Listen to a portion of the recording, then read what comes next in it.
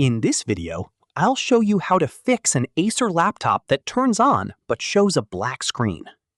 If your Acer laptop screen suddenly goes black while you're using it, first connect the charger and make sure the laptop has power. Next, try increasing the screen brightness by pressing the FN key together with the brightness up key on your keyboard. This may seem simple, but it often fixes the issue if the brightness was accidentally turned all the way down. If that doesn't work, try resetting the graphics driver. To do this, press Windows, Control, Shift, and B on your keyboard at the same time. Your screen may flash briefly, and Windows will restart the graphics driver.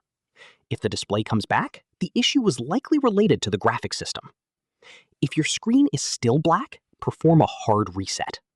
First, press and hold the power button until the laptop shuts down completely. Once it's off, disconnect the charger and remove any connected USB devices or accessories. Now press and hold the power button for at least 15 seconds. This will drain any residual power stored in the laptop. After that, reconnect the charger and press the power button to turn the laptop back on. Check whether the screen is working normally. If you found this video helpful, don't forget to like the video, subscribe to our channel, and press the bell icon for more tutorials. Thanks for watching.